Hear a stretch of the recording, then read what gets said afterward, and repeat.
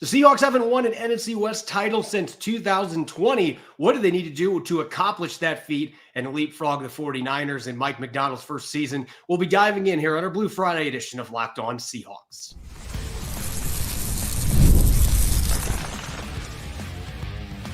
You are Locked On Seahawks, your daily Seattle Seahawks podcast, part of the Locked On Podcast Network, your team every day.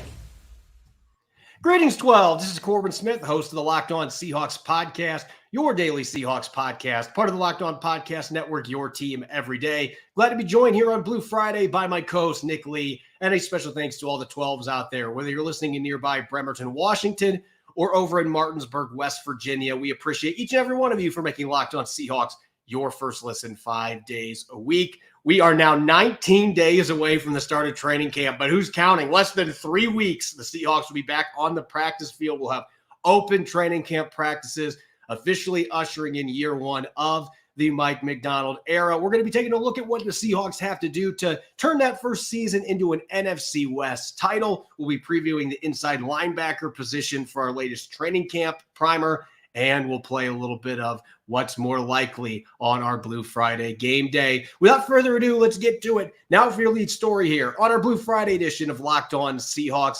The Seahawks have not won a division title since 2020. They went 12-4 that year, and then unfortunately the Rams came to Lumen Field and beat them without any fans in the stands. Obviously, the COVID season ended Seattle's season earlier than expected. Since then, they've had one playoff appearance in 3 years. That was a wild card 2 years ago.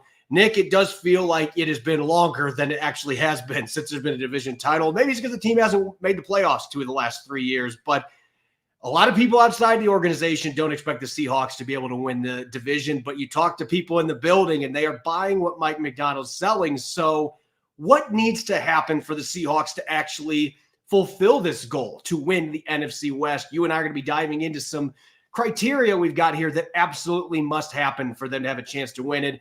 Our disclaimer here, we can't say injuries for other teams. Obviously, that would be helpful, but we are only going to focus on the Seahawks here in this segment.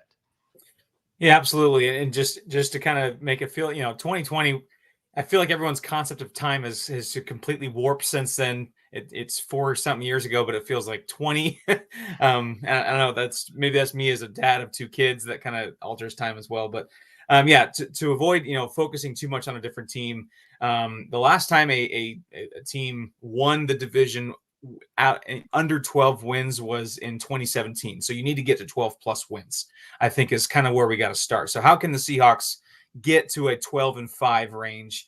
Obviously, it's got to start with, I think, is the bugaboo. I think that it's been for a while, and certainly this year is a big question mark, especially now that the Seahawks have solidified other parts of their team. Offensive line, Corbin. It's going to be just the theme of the year, especially at tackle, especially with Abraham Lucas. Can he stay healthy? Can Charles Cross not only stay healthy, but take a step forward towards becoming, a top 10 caliber, top 10 pick caliber, left tackle? I think we all can agree so far he has not quite lived up to that billing, but there's still some time. There's data, that says that it does take a little bit of time for some of those guys to really get their footing and realize their full potential. And Abe Lucas, if he can just stay healthy, I think that even if he has something similar to his rookie year at right tackle, and if Charles Cross on the other side can take an extra leap, I think that stability at tackle would just be monumental for the rest of the team. It would be. To me, that is the criteria number one on this list. You've got to have your 2 bookends, not just healthy, but you hope to see both of them take a step forward. Lucas, if he does play like his rookie year or similar to that, you can live with that if Cross is going to make that leap because he is your top 10 pick. Lucas was a 3rd rounder. You weren't expecting him to be an all-pro caliber player. A guy you pick in the top 10, that's your hope, is this guy is going to be one of the best players in his position group. So Charles Cross is going to play to that. But this is not just about the tackles. And you and I were talking about it before the show. Hey, we'd love to talk about other positions here, but it feels like the Seahawks have what they need at all the other positions on offense. It's the offensive line. And to me, not only do you need stable play in the interior, you're going to have 3 new starters. You need to have 2 quality young starters begin to emerge this year at center and right guard. Laken Tomlinson he's going to be the guy this year at left guard. And maybe Satao Lamea eventually can be that left guard for you. Maybe they get a guy next year that can be that player. But right now, they need Olu Oluwatimi to show why he was the Remington Award winner a couple years ago at center. They need to figure out who's going to play the right guard position. They got 3 intriguing young players, all from much different backgrounds. Christian Haynes, a third-rounder out of UConn, the rookie. You get Anthony Bradford coming back, second-year player, was a fourth-round pick out of LSU. So 2 guys that have the college pedigree. And then McClendon Curtis coming from the FCS level, who's impressed throughout the offseason as a player that Scott Huff, the new line coach, seems to like. And, oh, by the way, he's only 24 years old as well. You need one of those guys to really emerge and take that job and show, hey, I could be a long-term part of this team and instantly improve that offensive line from a year ago. I think that is going to be crucial for them to be able to get to that next step where they can compete with the 49ers and the Rams of the world. Yeah, forgive another reference here, but the Eye of Sauron, I think, has been fixed on the defensive line for so long. I think it's shifted a little over on the line to the interior offensive line, because that is just a huge, huge question mark. Fans want to know what the solution is. You see Christian Haynes, I'm really high on. He's probably one of my favorite draft picks of this year. I'm really high on him. Might be a bit of a learning curve, but I just like what I see from him. So, yeah, the interior line is going to be just a huge part of this. And then when it all comes together, Corbin, hopefully with the offensive line and the weapons that they have on offense, it comes down to those key situations, Corbin. Red zone, third downs. You got to be better. They were 23rd in red zone, 23rd in third down conversion rate and 25th in red zone at parts of this year. Last season, they were even lower than that. They kind of improved a little bit there. So you'd like to see them even be league average at third down and red zone rate with some of the other weapons they have, some of the other ways they can beat you, in that 10-15 range, top 10. If they're top 10 in both, holy cow, we're definitely talking maybe 12-13 wins. But regress back to league average in some of those key conversion rates moments could swing several games this year. Yeah, last year I think they could have won 10, 11, 12 games if their situational football and offense was better, because that did put the defense in some really tough spots that they couldn't sustain drives, and how often they were relying on Jason Myers to make field goals because they couldn't punch the ball into the end zone. They were such a weak running team in the red zone. So they've got to be better in both those aspects. Now, we can't avoid the defense because that was obviously a huge issue last year. You've got a new coach in Mike Macdonald that's hoping to turn this thing around, and we could have probably had this at number 2 and maybe even number 1. This run defense, it can't function like a sieve anymore. We can't have turnstiles all across the defensive line, especially when you consider the investments that have been made by this team. You just re-signed Leonard Williams to a 3-year, $64.5 million contract, one of the highest paid defensive linemen in the NFL. He's got to play like it. You've got a couple other studs up front. Draymond Jones has got to play better than he did last year. You've got Jaron Reed, Byron Murphy, the second, your first-round pick, who you believe instantly is going to be able to make waves on that front line. The edge players, a healthy Uchenna Nwosu, Boye Mafe. You're hoping you get something from Darrell Taylor and Derek Hall this year. They've got the pieces there. The linebacker is the biggest question, and we'll talk about it later in the show, but they've got the front line there. This defense absolutely cannot be 31st or 30th of run defense. In fact, if they are not better than like 15 or 16, I think it's disappointing with the talent they've got there. This cannot be a weak run defense, especially in this division where you're playing opponents that like to run the football. Yeah, you can't rank 31st again like you did last year in yards per game. That's just not acceptable. And I think people are, you and I maybe not so much, but there are some that are sleeping on the return of a hopefully healthy Uchenna Nwosu. I think that's going to be a big boost for this defense. And that kind of leads into our maybe the 5th point here, with the sacks being up, explosive plays being down, allowed, missed tackles down. I think Uchenna Nwosu does help with that as well. And they had respectable sack numbers last year. I think they had 47, which was kind of in the middle of the pack. But you'd expect, with the talent they've added, the talent they've retained, the coaching staff coming in, you'd like to see that number up. But I think we can agree, if I had to pick, one mole to whack, so to speak, limiting explosive plays. I mean, if you have the same sack numbers, or maybe it's slightly improved, but you vastly improve the explosive plays allowed and limit those, I think we can definitely live with a 45 to 50 sack range number. If the explosive plays are limited, again, that's going to come from a hopefully, more just stout defensive line and it's going to come from a linebacker group that we're going to dive into later. I think that they're going to need to step up. They're going to need to play above their expectations, at least my expectations, to limit the explosive plays, because that's really, it's one thing to, not get sacks and, maybe 1st and 10 turns into 2nd and 5 and 3rd and 3. It's another thing to have 3rd and 12 turn into a 50-yard game. Let's not have that again. Yeah, that happened way too much the last 2 years in particular. Just so many times, 3rd and long, you've got them where you want. And then we had a joke in the press box that really ended up not being a joke. Well, the offense is right where they want to be. And I don't know how many times that they turned those into first downs. That is inexcusable. They've got to get that fixed. The explosives. And a lot of times those big plays were generated by missed tackles. Like they had guys in place to stop the other team and they'd miss the tackle and then extra yardage, first down. So all these things kind of go together. They just need to be a more efficient, effective defense, and all of these things will improve. When we come back, as Nick has mentioned a few times here, it's time for us to continue our training camp preview. We're going to take a deep dive into the inside linebacker position, and we have a lot more intel on this group after talking to Lofa Tatupu earlier this week. So looking forward to diving into that new look, somewhat questioned inside linebacker group. We'll get to that here in a moment on our Blue Friday edition of Locked On Seahawks.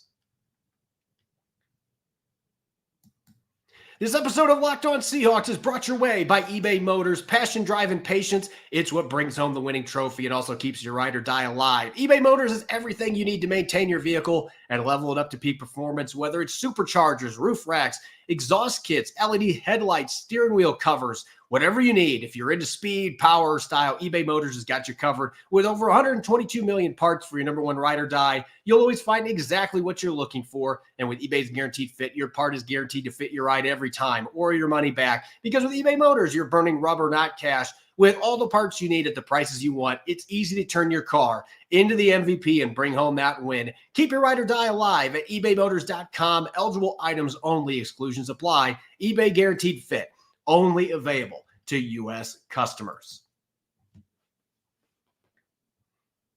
Welcome back to the Blue Friday edition of Locked On Seahawks. It's your host, Corbin Smith. Glad to be joined on today's show by my co-host, Nick Lee. And a special thanks to all the 12s that are tuning in. Thank you, as always, for making Locked On Seahawks your first listen 5 days a week. We greatly appreciate it. If you're tired of hearing all the screaming on ESPN or Fox Sports, whatever station you're listening to on TV, you should give Locked On Sports Today a try. You can get all the breaking news and insight from top-notch analysis without the screaming. Just get it on YouTube or wherever you listen to your podcast. Again, that's the Locked On Sports Today podcast, part of the Locked On Podcast Network, your team every day. All right, Nick, we're going to get back to our training camp preview, and we had a nice setup for this with Lofa Tatupu, joining the show on Wednesday. And now we've gotten a little more intel on this new group of linebackers because it truly is a brand new group. The only returning players that have any defensive snaps, I can name one, John Radigan, because Patrick O'Connell didn't play any defensive snaps. John Radigan's played 19. That's it. He's played 19. Every other player that's on the roster either was playing for somebody else last year or it's an incoming rookie like Tyrese Knight or undrafted rookie Easton Gibbs, Devin Richardson coming from Washington State. I mean, this is a group that's really raw, aside from the two veterans that were signed to one-year contracts, and we haven't seen them yet to this point because they missed the entire offseason program recovering from injuries, that being Tyrell Dodson and Jerome Baker. With all of this added together, this has been a position group that's very much been a concern, at least for fans. Lofa Tatupu was trying to give us some positives and some optimism about this group if they're healthy. That's really the big key here. Can you get Baker and Dodson back early in training camp? If that's the case, you feel a little better. But right now, there is some shaky ground here at this linebacker position. There's no question about it. Yeah, Corbin, when you suggested that we're going to do the linebackers for this segment, you know that face you make when you pour that 30 milliliter of cup of NyQuil when you're sick? That's the face I made. That's just this is going to be this is a group that obviously has some potential. There's a lot of names there that are intriguing. Jerome Baker, Tyrell Dodson, like you mentioned, I think are the biggest question marks as far as health, because Jerome Baker's had question marks of health not just for this offseason but several seasons. And Tyrell Dodson's only played more than 220 defensive snaps in the NFL once in 4 years. But like you mentioned with Lofa Tatupu, Tyrese Knight, I think any optimism around this linebacker group kind of gravitates around the rookie.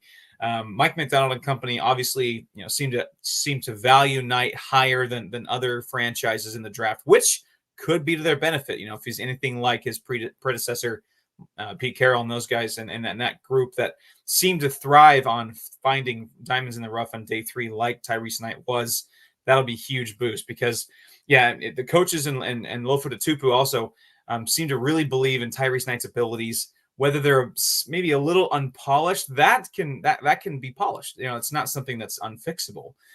So Tyrese Knight does, I think, bring the majority of the optimism here. That I think we can all agree that Terrell Dodson is a fairly large wild card because he has some. He's a weird one to figure out because in Pro Football Focus, you'd think he's one of the better linebackers in the league in a smaller sample size, but just with some of the underlying numbers as well, it's very troubling.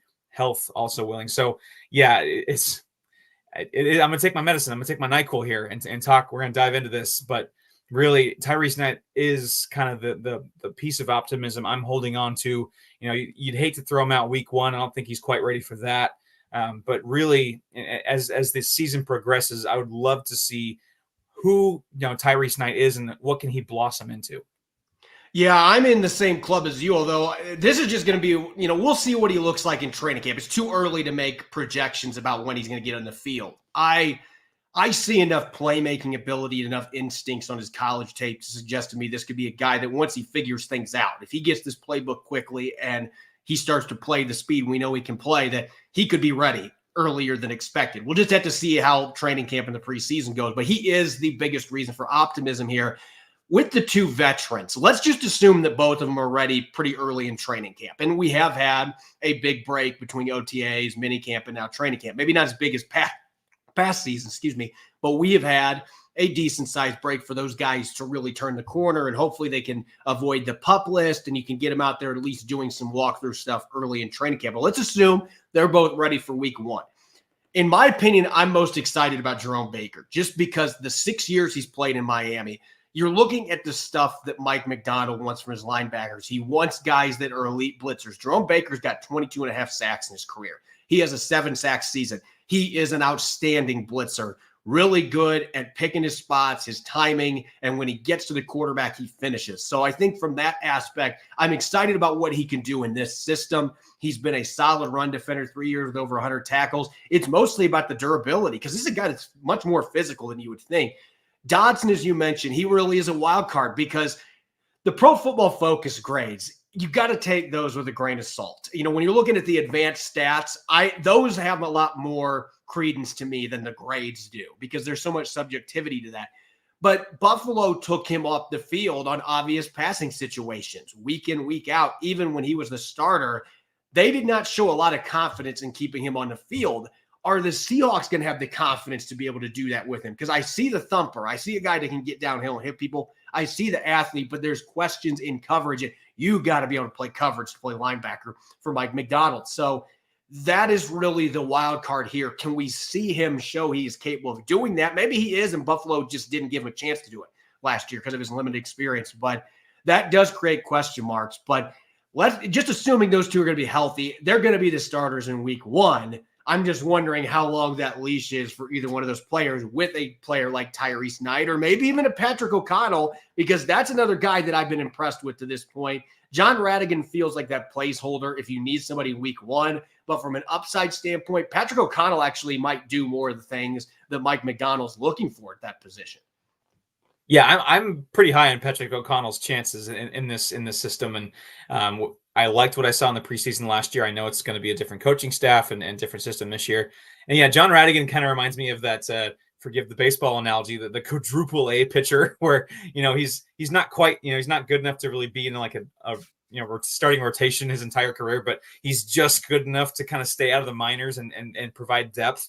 That kind of guy. I think John Radigan is the quadruple A pitcher of the linebacker group, which is not necessarily a bad thing. I think he fits that role fairly well, but Patrick O'Connell, I think, has a bit more of dynamic to him where he can make some of those plays. And yeah, just to kind of go off as well with Drake Thomas also has some of the injury issues as well. Easton Gibbs is another one I want to keep an eye on too. Just I think we talked about him a little while ago on a 90-man preview, where when he gets his hands on you, you're going down. It's just a matter of, using maybe some subpar athleticism and speed to get there is a bit more concerning. So, and then just one last thing again on Jerome Baker. If he is healthy, my negativity towards him is mostly with his lack of availability this year. I'm really, or this offseason, I'm kind of been, being really tentative on that. But if he can play week one, he's got 300 plus tackle seasons in the last 5 years. He has shown that he's capable of doing that. It's just the health is really the big reason for worry for me for him. So just up and down the line, definitely going to look at Patrick O'Connell as the preseason goes along. Easton Gibbs is a guy that I at least want to get another guy. Maybe he'll be the Patrick O'Connell of this year, where he kind of bursts onto the scene a little bit in August and see what he offers. Yeah, the real dark horse here, you mentioned the name Drake Thomas. We have not seen him yet on the practice field this offseason. And it's worth noting that he had a pretty significant knee injury. We never were told by Pete Carroll or anybody else what specifically happened. My hunch is there was a patellar tendon injury, because even if he had a torn ACL, you would think that you would at least have seen him out, doing some stuff, walking around the field. We never saw him. So that is a player that who knows what his status is. He may not be ready till middle of the season, but he's a guy that can make plays. And at college, he was a tackle machine, much like Tyrese Knight. There's some coverage ability. There's some sack blitzing ability. So Drake Thomas is a guy, if he was healthy, I'd be talking about a lot. Don't know that seeing anytime soon, because we don't know the nature of his injury. And it seems like it was a pretty significant one. But no matter what, there's a lot of questions here. Could this group end up being better than expected? Absolutely. There are pieces here, especially the veterans, but there's also a chance that this could be a group that really hurts this defense if things don't come together. So that's where things stand for the Seahawks. When we come back, we're going to play our Blue Friday game of the week. We've got a little what's more likely offense, defense, special teams, maybe some awards as well. We'll dive into that up next here on our Blue Friday edition of Locked On Seahawks. This episode of Locked On Seahawks is sponsored by BetterHelp. What's the first thing you'd do if you had an extra hour in your day? For me, I wish I had a little bit more time to sing and prepare rock music. I haven't been able to do that much here with my current job. The best way to squeeze the special thing into your schedule is to know what's important to you and make it a priority. Therapy can help you find what matters to you so you can do it more. BetterHelp Online Therapy will assess your needs and can match you with your own licensed professional therapist in less than 48 hours. If you're thinking of starting therapy, give BetterHelp a try. It's entirely online, designed to be convenient, flexible, and suited to your schedule. Just fill out a brief questionnaire to get matched with a licensed therapist and switch therapists anytime for no additional charge. Learn to make more time for what makes you happy with BetterHelp. Get 10% off your first month at betterhelp.com/lockedon. That's 10% off your first month of online therapy at betterhelp.com/lockedon. Welcome back to the Blue Friday edition of Locked On Seahawks. I'm your host, Corbin Smith. Glad to be joined for today's show by my co-host, Nick Lee, and a special thanks to each and every one of the 12s tuning in. And thank you for making Locked On Seahawks your first listen 5 days a week. We greatly appreciate it, as we do every Friday during the off-season. Off-season's about to end, so we got a few more game days that we're going to be getting through. We like to play a game to close out the week, and we're going to pull out one of our favorites today, Nick. What's more likely? So what we'll have is we'll have two different projections or two different statements, and we have to choose which one is more likely and explain why. So let's get to it. We've got our first one here, and this is going to be a fun one. DK Metcalf breaks own single-season yardage record, or Geno Smith throws 40 touchdown passes in 2024. Well, first off, that's a flex by DK Metcalf to, his own single-season yardage record. Well, speaking of single-season records, 40 is also the mark for the Seahawks set by Russell Wilson in 2020. So that would be tying that. Boy, this was a tough one for me, honestly. We talked about All-Pros, I think it was last week, where, what will it take for a guy, maybe even like Jackson Smith-Njigba, to get his first All-Pro nod. And the numbers for All-Pro receivers, if DK Metcalf wants to be up in that category, he's going to have to break his own record again. 1,303 is the record, 1,303 receiving yards. So I'm going to go that's more likely, just because it's in this day and age a fairly reachable number. I know these things could go hand in hand. The more touchdown passes Geno Smith throws, obviously, I think the more yards DK Metcalf will have. But 40 is a pretty big number. That's pretty significant, especially with maybe some of the running ability that the Seahawks team could have. That could also limit those chances. But 40 would be quite significant. I'm going to go. It's a bit more likely that Metcalf breaks his own record, because still it could be 1,310 or 350 yards, which would be a great season. But lots of receivers have those kind of years every year. My apologies for anybody that may have heard the Skype go off. I had somebody that I don't know call me. I think all of us are dealing with popular man these days, so must be popular with the spammers. Anyway, for me on this one, this was really tough, because you would think DK Metcalf's already gotten to 1,300 yards. He can do it. But my issue is how many other players the Seahawks have that can do damage. Fair. And I think Jackson Smith and Jigba is going to take a big step forward. I still think Tyler Lockett is capable of giving you 800, 900 receiving yards and 7-8 touchdowns. And then you've got Jake Bobo. You've got the tight end. You got the running backs that can catch. I just look at the weapons here, and this just might be me being too bullish on Ryan Grubb's offense. I actually think Geno Smith getting to 40 is more palpable, in my opinion, because I just feel like with all the guys I just said, if everything comes together and the O-line plays well enough, 40 touchdowns is doable in this offense with the way that Ryan Grubb likes to sling the ball around. So I would actually lean towards Geno on this one, even though I think both are certainly doable. And normally I would say DK getting to 1,300 plus, I picked that one, but I just look at the talent they've got and how many mouths they got to feed. That's my rationale behind it. Our next one here, Darrell Taylor records double-digit sacks, or Devin Witherspoon produces 12 or more tackles for loss. 12 or more tackles for loss is a large number for a defensive back. In 2020, I was looking at Jamal Adams's season where he had set the single season sacks record for a defensive back. He had 11 that year. So Spoon getting to 12 seems like a pretty hefty number. He got 8 last year. I could easily see him getting 9, 10, 11. But I'm going to go with Darrell Taylor. I'm going to go with Darrell Taylor getting to 10 sacks. He has 9.5 already under his belt. He's just a half sack short in 2022. I think this coaching staff is more confident that they can get that out of him, get more out of him. I think that's why they could have easily cut ties with him, like you mentioned, I think a couple weeks back. But I think 12, it's just for me that 12 is a fairly big number for a defensive back to get. That does not mean Spoon can have an all-pro season and not get to 12 tackles for loss. So that's a big number for me. So I'm going to go Taylor gets to 10, but I still think I don't think either of these are fairly likely. Just with Taylor, I think he might become a victim of the depth that the Seahawks have at pass rush. But of these two scenarios, I'll go Taylor gets to 10.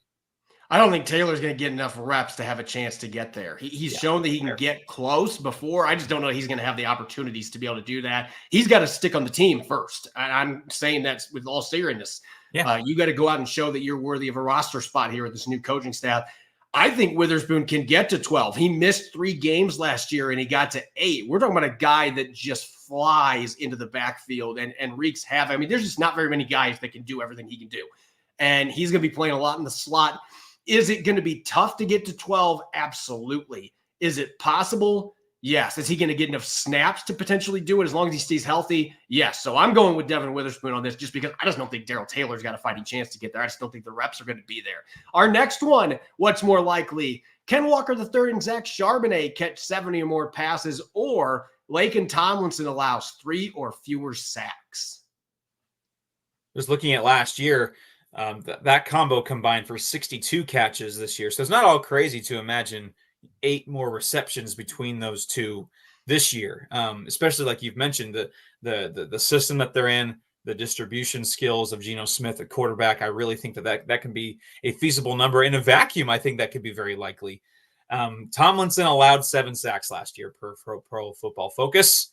So 3 or less would be a major improvement. He also did only allow 1. I was surprised in 2022. So there's a big jump there. Jets are going to jet, I guess. But it's just I'd be actually happy with 3 or 4 for him. I'm going to go. It's more likely that those two combine for 70 catches just because they got so close last year. And I think this year it's going to be a bit more of a voluminous offense in a whole. Tomlinson, the only thing I could throw a wrench in here is if Tomlinson somehow loses a starting job and doesn't get enough snaps to allow those. But I'm going to go with it's more likely that 70 receptions is more likely. Yeah, this was the easiest one that we have in the entire episode today for me. It's 70 catches because Ryan Grubbs already said he wants to get the running backs more involved, and that's 8 catches between the two of them. So not that I don't think Laken Tomlinson can do this. This is actually one where I think there's a chance both of these could happen this year because Laken Tomlinson, as you said, he gave it 1 sack 2 years ago. I just look at what the Jets had happen last year. I've mentioned this before in the show. Walter Jones in his prime could have played for that Jets offensive line last year and given up several sacks. It was one of those, it was a dumpster fire, and it just made everybody that was involved terrible. And so I want to see what he can do on this offensive line. Our next one, what's more likely? Tyrese Knight gets 60 or more tackles, or Rayshawn Jenkins intercepts at least 3 passes? This was a really fun one for me to dive into. The fact that we talked about linebackers, and I think by default, Tyrese Knight's going to get some action, not towards the beginning of the year, I don't think, just unless there's just an absolute, ravaging of injuries or the injuries get worse or don't progress for the likes of Dotson and Baker. I would think that the coaching staff is going to try to avoid throwing Knight to the Wolves early this year. Yeah. So I think that, like you've mentioned before, like the snap volume might not be there quite for 60. And Rayshawn Jenkins has already done 3 picks twice in his career. So I'm going to go that. I'm going to go Rayshawn Jenkins getting 3 interceptions is more likely at this point. He's already done it. He's a veteran. And I think just the unknown factor of Tyrese Knight's snap totals, he absolutely has the ability to get 60 plus if you give him, 10, 11, 12 starts. But I just don't think he'll get there as far from a snap count standpoint. I'm going to go bold here. I think Tyrese Knight is going to get well past 60. I think he is going to start at some point this season. I don't know if it's going to be for Dodson or Baker. I mean, and all it takes is one of those guys getting banged up. And I think he's going to be the next guy in line.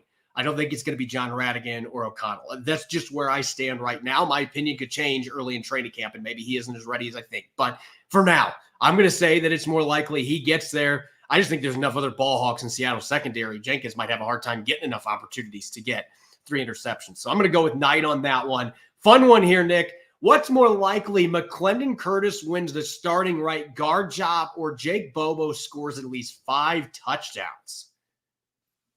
Ooh, this was I like some of these that are kind of make you think a little bit more. The Seahawks haven't had a third receiver get to 5+ touchdowns since David Moore in 2020 during that 40 touchdown year for Russell Wilson. And I said before that, I don't think it happened since like the peak Doug Baldwin days where they had, some distribution there. Really, it's going to be tough for Jake Bobo. Not that I don't think he can do it. And I could see him getting, a 400 or 500 yard, 4 touchdown kind of season just with DK Metcalf, Tyler Lockett, Jackson Smith, and Jigba. Noah Fant. I mean, he's at best option number 5 for passing. So getting to 5 touchdowns, I think, will be really tough. McClendon Curtis, like you mentioned in the beginning of the show, has really impressed. I think he's, Christian Haynes. I think if I were a betting man, he probably has the inside track. Anthony Bradford, from experience, probably does as well. But McClendon Curtis, give him another training camp. If he continues that momentum he had in the offseason, he absolutely can. So I don't think either one is more than 50% chance likely. But of these two, I think Curtis has a better shot at winning that job over Bobo's 5 touchdowns just because he's got, talk about, I think the Seahawks have one of the deeper, pass catching cores in the entire NFL. Yeah, I'm going to go with Curtis on this one too, even though, like you said, if I'm still making a projection right now, I think that Christian Haynes wins that job. I've just been really impressed. And if we see that play continue with the pads on and Curtis continues to hold serve, he is very much going to be a legitimate contender in this. And I just think 5 touchdowns. I can see Bobo getting 3 or 4 because of his size and red zone capabilities, but I just don't think there's going to be enough bites in the apple left for him to be able to get to 5 touchdowns. We've got one more here real quick, Nick. What's more likely? Charles Cross earns All-Pro honors, or Byron Murphy II wins Defensive Rookie of the Year? We kind of had a similar question to this about Defensive Rookie of the Year a little while ago. And I think last time I looked, Murphy was 5th in odds. Just the fact that he was the 2nd guy drafted from the defense on this past draft. Latu went right before him.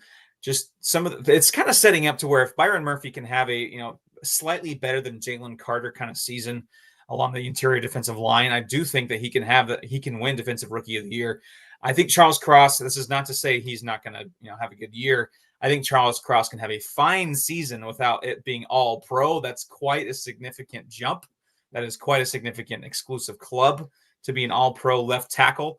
I'm going to go that Murphy it's more likely he wins Defensive Rookie of the Year. Just things might break a certain way this year with some of the draft class to where it could, he needs to get his numbers, obviously, which is going to be hard for interior linemen. But I think that he's got that talent where he can burst on the scene like that, where Cross has some significant competition, not just from, how well does he play, but how well there's some fine left tackles in this league who have not been, all pro left tackles. So I think just from a competition standpoint, it's more likely for Murphy to win Rookie of the Year.